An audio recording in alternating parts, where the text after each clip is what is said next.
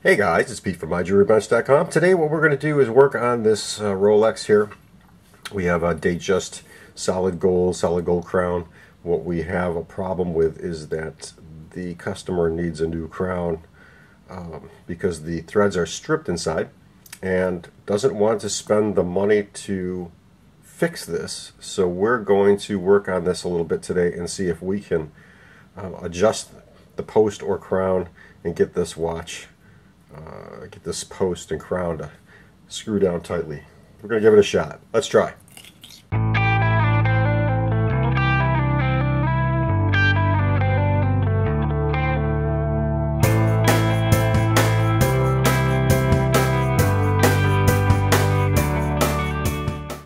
Okay, so the first step in checking the crown and post threads is to remove the movement from the case. And we're going to first do the case back opening.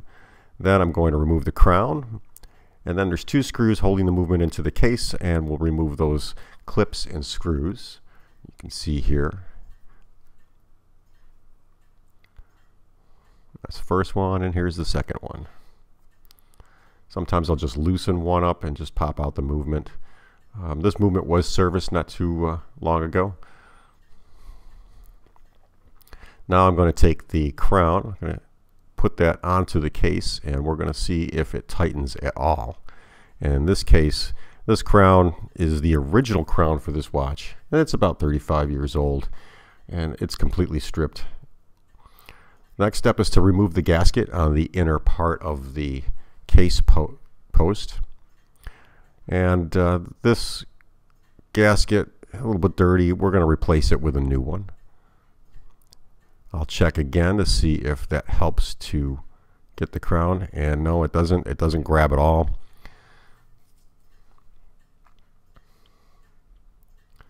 We're going to take a quick measurement of the crown here. You can see this crown should be 6 millimeters, and it's going to measure in a little bit lower because, well, it's old and it's worn, and it's 18 karat gold. Gold is soft, and over 35 years, that's going to wear out.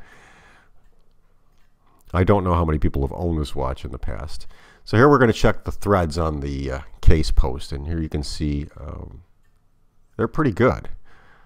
That almost looks like a brand new case post, but it's not. It's the original, and it is stainless steel, and it holds up much better than the inner threads of the crown. So if we look here, you can see the inner threads of the crown are pretty much worn out, but there are still some threads that are good on the inside. Here we're looking at the makeup of the crown, and you can see that the crown is made up of several parts. There's a gasket inside. It's a flat gasket, and there's a crown itself. The inner part of the crown is actually stainless steel, and that's the part that's threaded, but it is very thin. And then the stem is attached to the post of the crown itself. And here we're looking at the height. How I'm going to determine whether or not I can do this is as follows. Looking closely at these two crowns, you can see I'm showing you that the crowns are the same height. So to get this to fit, I actually have to remove a little bit of the material on the bottom side of the crown that touches the case. And I'm going to do this on a lathe. You can do it with files. By removing maybe 1/4 of a millimeter each time, you can remove the gasket and get the deeper parts of the threaded insert to attach to the case. And what I'm hoping for is to get a full 360-degree turn from the crown onto the case post so that I have a full rotation of thread lock. So here we're going to check and see after I've run this through the lathe and I've removed a little more than 1/4, almost 1/2 of a millimeter off of this, and I've polished it up a little bit. And I've removed the gasket. You can see the gasket is gone.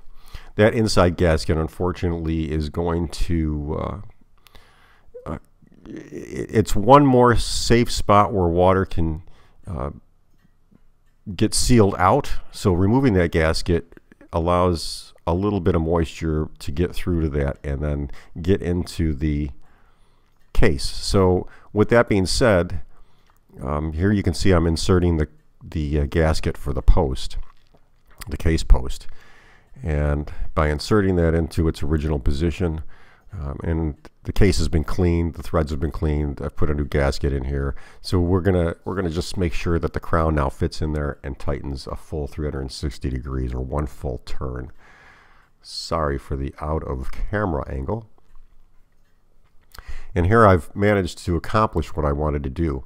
Now the reason that I'm doing this is because the cost of a new crown, which the customer should have, and new gaskets, is about $700 to $750 retail. The customer does not want to spend the money on a crown right now. He wants to wait another 6 months before we go ahead and do that. So I've warned the customer that I can modify this crown to fit his case, lock up tight, but don't go diving with it. It'll hold up during a shower or washing dishes or things like that.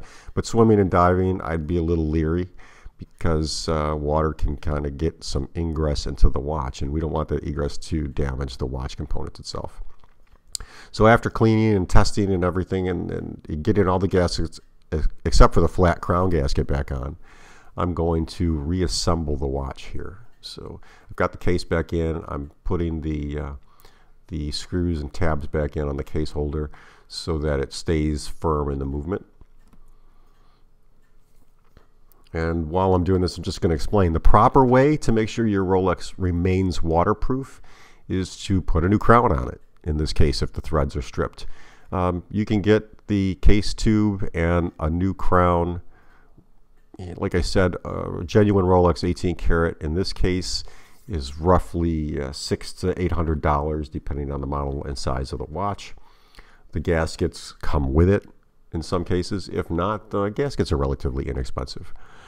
But you should also check the case back gasket as well as the crystal gasket, because the chances of water getting into the crystal gasket are equal to that of the case back gasket if they start to get worn. The crystal gasket is the part that's exposed, and that's subject to UV deterioration. So UV light will deteriorate that gasket. So if you want to make your watch waterproof, using proper gaskets, using a new crown if it's stripped, new crown gaskets and new post gaskets, as well as a new crystal gasket, will assure you that you can wear your watch swimming, showering, diving, whatever you prefer. That is the proper way to handle it. This is just a quick fix to make sure that this customer is going to get another 6 to 12 months use out of this example of a crown that's pretty worn out. And hopefully next year we put a new one on.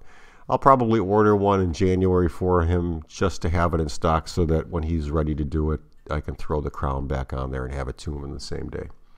I hope this video helps you guys. This is a beautiful example of a vintage watch. It's in fantastic shape.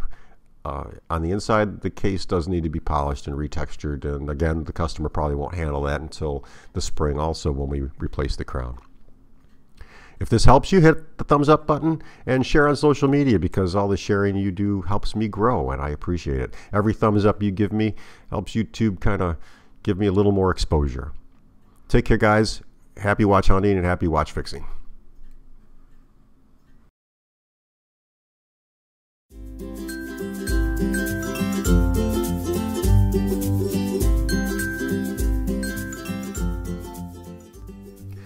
Thanks guys for taking the time to watch some of my videos. I really appreciate it. If you like these videos and you find them helpful, please give me a thumbs up. And if you want to see new stuff that I put out, usually on a weekly basis, hit the subscribe button and you can get notified by clicking on that little bell. I really appreciate any sharing that you can do, and the thumbs up that I get if you like these videos kind of helps with my channel to grow. You'll see that in the descriptions and on my website I do put affiliate links to products that I show and use in these videos. Those affiliate links give me a little small commission. Doesn't cost you anything if you buy them. And when you buy within the first 24 hours of clicking on those links, I get a tiny little commission that helps keep this channel going. Any little bit helps to keep this up and running. Again, thanks for taking the time to watch it. If you liked it, hit that thumbs up and share on social media. Take care guys, happy watchmaking and jewelry making.